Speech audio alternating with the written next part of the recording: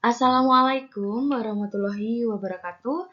Selamat pagi Mas dan Mbak kelas 12. Bagaimana kabarnya? Semoga selalu baik-baik saja dan semoga selalu dalam lindungannya. Amin. Nah, hari ini Bu Dini akan menjelaskan KD terakhir yang ada di semester 6, yaitu tentang bioteknologi. Silahkan bukunya dibuka, dipersiapkan, dan apabila ada materi yang penting atau catatan penting, boleh kalian tulis di buku tulis kalian masing-masing. Langsung saja Bu Dini jelaskan materi tentang bioteknologi. Nah, di sini Bu Dini sudah menyajikan sebuah gambar. Bu Dini ingin bertanya ke kalian, tahu nggak kira-kira itu gambar apa? Nah, itu merupakan tumbuhan tembakau yang telah disisipi oleh gen kunang-kunang, sehingga menyebabkan tumbuhan tembakau itu dapat menghasilkan cahaya. Nah, di sini Bu Dini sudah menyajikan sebuah gambar dari tembakau dan kunang-kunang. Nah, untuk menghasilkan tanaman seperti gambar slide sebelumnya, tanaman tembakau ini harus disisipi oleh gen kunang-kunang.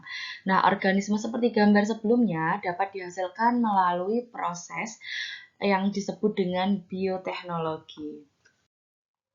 Kira-kira Mas dan Mbak ingat nggak apa sih bioteknologi? Nah, sebelumnya materi bioteknologi ini sudah dijelaskan pada kelas 9 SMP. Nah, di sini Bu Dini hanya sedikit mengingatkan ke Mas dan Mbak, apa sih itu bioteknologi. Bioteknologi itu sendiri merupakan teknik pemanfaatan agen organisme untuk kepentingan manusia dalam menghasilkan produk ataupun jasa. Selanjutnya, di sini makhluk hidup dalam bioteknologi atau biasa disebut dengan agen bioteknologi, ada yang digunakan secara utuh dan ada yang digunakan secara sebagian. Yang secara utuh itu contohnya itu bakteri, dan yang digunakan sebagian itu adalah DNA dan enzim. Selanjutnya ada sejarah bioteknologi. Secara singkat, sejarah bioteknologi itu pada tahun 1870, seorang ilmuwan bernama Louis Pasteur, dia menemukan pertama kali adanya mikroba dalam makanan. Selanjutnya pada tahun 1897, seorang ilmuwan bernama Edward Buchar, dia menemukan fermentasi alkohol dengan perantara ragi dan menghasilkan etanol dan karbon dioksida. Selanjutnya, berdasarkan perkembangannya, bioteknologi itu dibagi menjadi dua. Ada bioteknologi tradisional atau konvensional dan bioteknologi modern. Kalau bioteknologi tradisional atau konvensional itu merupakan bioteknologi kuno atau yang masih sederhana. Sedangkan kalau bioteknologi modern itu adalah bioteknologi kekinian dan biasanya prosesnya itu rumit. Nah, yang pertama ada bioteknologi konvensional. Bioteknologi konvensional ini alat yang digunakannya itu masih sederhana, menggunakan metode sederhana tanpa sterilisasi, barang yang diproduksi biasanya sedikit dan biasanya menggunakan teknik yang biasa disebut dengan fermentasi. Nah, apa sih itu fermentasi? Fermentasi di sini merupakan proses pengubahan substrat menjadi produk yang bernilai lebih dengan bantuan mikroba, biasanya berupa bakteri, ataupun ragi, ataupun jamur. Nah, di sini fermentasi dibedakan atas jenis mikroba dan kandungan produk yang dihasilkan. Jenis mikroba yang digunakan fermentasi itu biasanya menggunakan bakteri ataupun jamur. Contohnya ada yogurt itu menggunakan bakteri Lactobacillus bulgaricus, kemudian ada nata de coco itu menggunakan Acetobacter psyllinum, kemudian untuk kecap menggunakan jamur Aspergillus wentii, dan tempe menggunakan jamur Rhizopus oligospora. Sedangkan berdasarkan kandungan produk yang dihasilkan, itu ada yang berdasarkan fermentasi alkoholodik dan non-alkoholodik. Kalau yang fermentasi alkoholodik itu biasanya tape itu menggunakan Saccharomyces cerevisiae, bisa tape singkong, tape ketan. Nah, kemudian yang fermentasi non-alkoholodik itu contohnya seperti ini. Pembuatan yogurt, nata de coco, kecap, ataupun tempe. Nah, selanjutnya ada bioteknologi modern. Biasanya alat yang digunakan pada bioteknologi modern ini alatnya itu sudah canggih. Selanjutnya berdasarkan penelitian, jadi bioteknologi modern itu hasilnya itu berdasarkan penelitian. Kemudian sudah menggunakan sterilisasi. Kemudian produknya itu sudah diproduksi secara massal, biasanya menggunakan enzim ataupun DNA. Nah, di sini ada pun tujuan dari bioteknologi modern. Yang pertama ada perbanyakan individu. Nah, di sini terjadi secara vegetatif yang biasa disebut dengan cloning, dapat dilakukan pada mikroorganisme, tumbuhan maupun hewan. Contohnya yaitu kultur jaringan tumbuhan. Kemudian ada transplantasi nukleus pada cloning domba doli. Tujuan selanjutnya yaitu mengubah sifat organisme menjadi yang menguntungkan bagi manusia. Contohnya yaitu ada iradasi, itu merupakan proses pengubahan sifat organisme dengan melakukan penyinaran radioaktif. Selanjutnya ada hibridoma atau biasa disebut dengan fusi sel, yaitu teknik penggabungan dua sel yang berasal dari jaringan yang berbeda sehingga menghasilkan sel hibrid yang memiliki sifat kedua sel tersebut. Selanjutnya ada rekayasa genetika. Tujuan selanjutnya itu ada perbaikan lingkungan atau biasa disebut dengan bioremediasi. Tujuannya memperbaiki lingkungan yang rusak akibat pencemaran atau lain dengan memanfaatkan jasa mikroorganisme, yaitu meliputi ada fitoremediasi yang melibatkan tumbuhan, ada mikoremediasi melibatkan jamur dan bakteri remediasi yang biasanya melibatkan bakteri. Nah, di sini ada penerapan bioteknologi secara modern. Yang pertama ada di bidang pertanian, bidang kesehatan, bidang peternakan, bidang lingkungan, dan bidang pertambangan. Nah, di sini yang bidang peternakan ini contohnya ada inseminasi buatan, yaitu merupakan metode penginjeksian langsung sel sperma ke rahim betina, hewan betina untuk mendapatkan keturunan. Contohnya yaitu sapi, kawin suntik sapi. Selanjutnya ada bidang lingkungan, contohnya yaitu proses bioremediasi. Nah, di sini ada bakteri Ideonella Saccharomyces. Nah, ini merupakan bakteri yang dapat menguraikan plastik sehingga dapat mengurai plastik agar tidak mencemari lingkungan. Selanjutnya ada Pseudomonas aeruginosa. Nah, di sini digunakan untuk mengurangi limbah minyak dan sampah organik lainnya.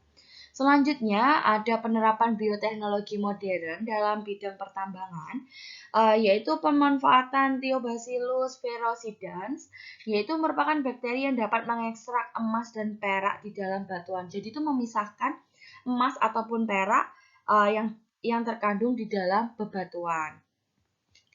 Nah, selanjutnya penerapan bioteknologi modern di bidang di pertanian. Yang pertama ada kultur jaringan, yaitu metode perbanyakan tumbuhan dengan memanfaatkan sifat totipotensi jaringan meristem. Yaitu jaringan meristem itu merupakan jaringan yang masih aktif membelah. Kemudian kultur jaringan ini dapat dilakukan di dalam medium pertumbuhan steril. Jadi kalau melakukan kultur jaringan itu yang diperhatikan pertama itu adalah mediumnya. Jadi mediumnya itu harus benar-benar steril. Apabila tidak steril, takutnya ada jamur yang malah tumbuh di medium tersebut. Nah, di sini sifat totipotensi sendiri itu merupakan kemampuan sel atau jaringan tumbuh menjadi satu individu yang utuh. Contohnya itu kultur jaringan pada tanaman anggrek. Nah, di sini Budini juga menyajikan sebuah gambar dari kultur jaringan dari wortel.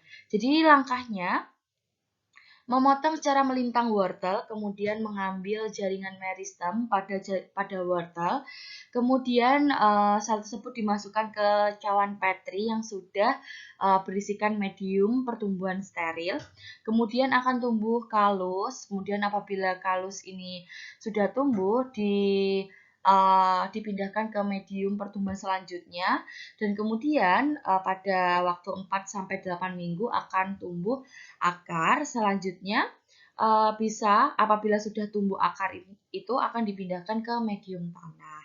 Selanjutnya ada tanaman transgenik, yaitu teknik memodifikasi DNA agar lebih unggul dan tahan lama. Contohnya yaitu tanaman jagung, padi, ataupun gandum. Nah, selanjutnya ada penerapan bioteknologi dalam bidang kesehatan. Contohnya yaitu antibiotik atau pembuatan antibiotik yang dihasilkan oleh Penicillium chrysogenum, Penicillium notatum, ataupun Streptomyces.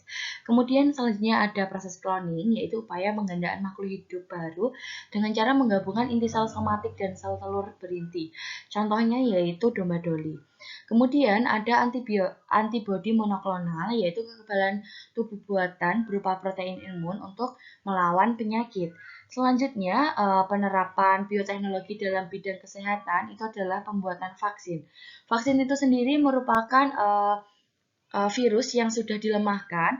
Nah, di sini bahan yang digunakan untuk membentuk kekebalan tubuh melawan penyakit. Nah, selanjutnya adalah bayi tabung, proses pembuahan sel telur oleh sel sperma di luar tubuh perempuan.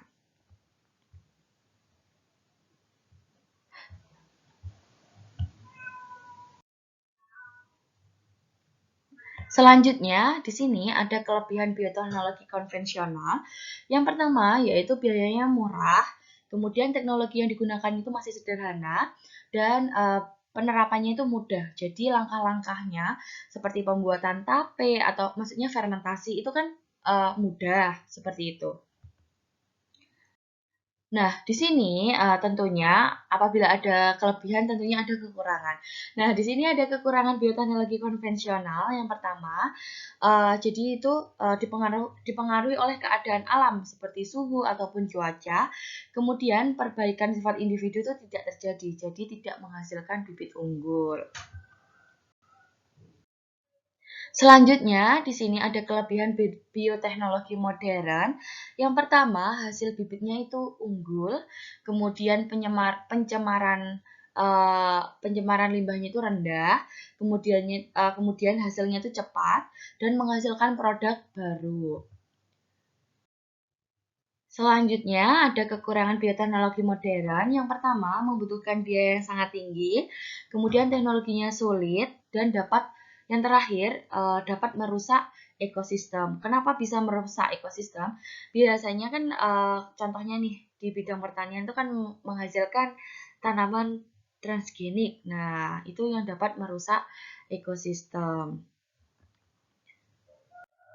Nah, di sini Bu Dini ada tugas untuk kalian. Petunjuk pengerjaannya, di sini Bu Dini nantinya akan mengupload soal di postingan channel 12 IPA. Nah, di situ cara pengerjaannya ada 3 tipe soal. Ada tipe soal pilihan ganda A, B, C, D. Jadi kalian hanya memilih satu jawaban yang menurut kalian benar. Kemudian ada tipe benar salah. Jadi kalian harus memilih pernyataan yang disajikan itu jawabannya itu benar atau salah. Kemudian ada tipe urean, jadi tinggal kalian jabarkan aja jawaban atas pertanyaan yang Bu Dini sajikan. Nah, untuk tugasnya Bu Dini posting di channel 12 IPA. Jadi jangan lupa di-download soalnya di channel 12 IPA.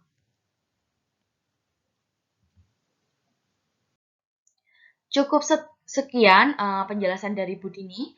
Bu Dini mohon maaf apabila Bu Dini ada salah kata. Sampai berjumpa di pertemuan selanjutnya. Tetap jaga kesehatan, perhatikan protokol 3M, memakai masker, menjaga jarak, dan mencuci tangan. Dan apabila ada pertanyaan, boleh langsung kontak Bu Dini melalui WhatsApp ataupun Teams. Terima kasih. Sekian. Wassalamualaikum warahmatullahi wabarakatuh.